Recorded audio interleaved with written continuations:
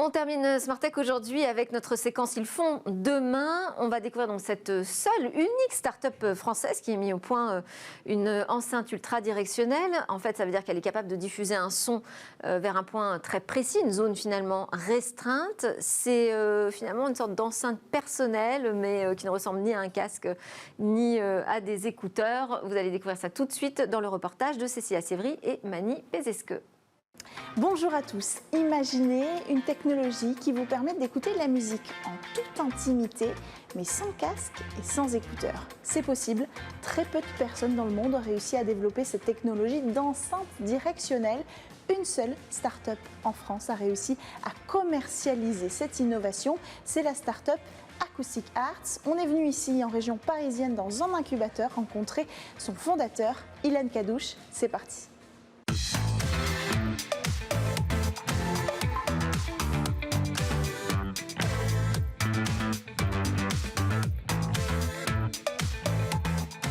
Bonjour.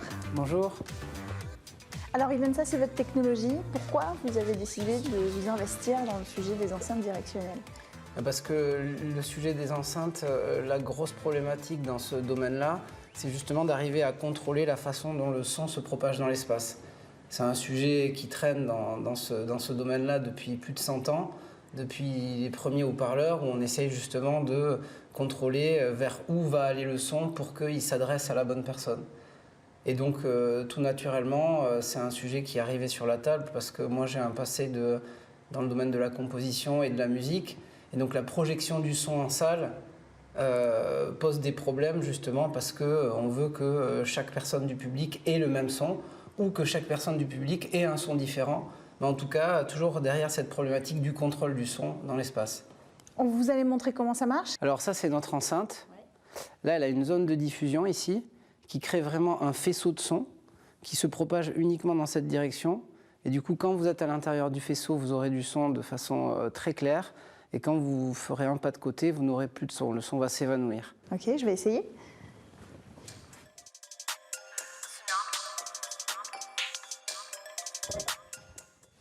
Ah ouais, c'est dingue!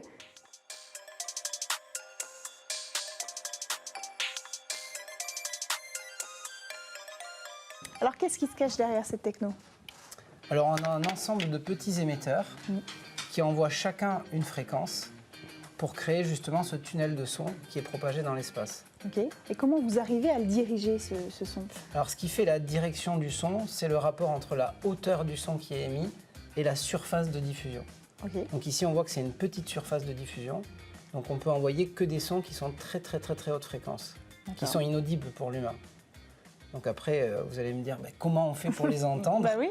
Et donc là, il y a un deuxième phénomène qui entre en jeu, qui s'appelle le phénomène de démodulation, et qui fait que toutes ces petites fréquences, quand on les envoie dans l'air, elles s'entrechoquent, et elles recréent un son qui est à hauteur audible pour l'oreille humaine.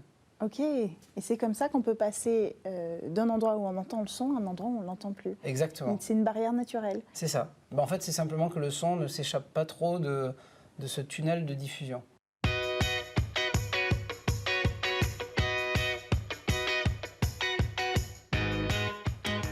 Ilan, en quoi ces technologies que vous avez mises au point, elles peuvent changer le monde de demain dans ce domaine-là?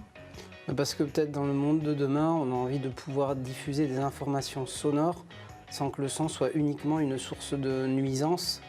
Et dans ce cas-là, ça implique la maîtrise de justement cette propagation du son dans l'espace. Donc avec tout un tas d'applications qui sont très importantes et qui aujourd'hui ne sont pas du tout utilisées. On n'utilise pas le son aujourd'hui en fait. On l'utilise de façon très générique et souvent c'est une source de pollution sonore qui est phénoménale. Quand on pense à des applications comme les transports, où on a beaucoup de personnes par exemple qui n'ont pas accès à l'information visuelle et qui n'ont pas d'information sonore, en tout cas pas d'information sonore localisée, à part des annonces extrêmement générales, ou encore dans les magasins où on va avoir une musique d'ambiance qui crée un bruit pas possible. Et pourtant, quand on se met en face d'un produit, on a zéro information sonore, on est obligé de lire des petites pancartes, etc. Merci beaucoup, Ilan, de nous avoir présenté cette technologie. C'était Smart Tech. Merci à tous de nous avoir suivis. Je vous retrouve demain à 11h avec grand plaisir.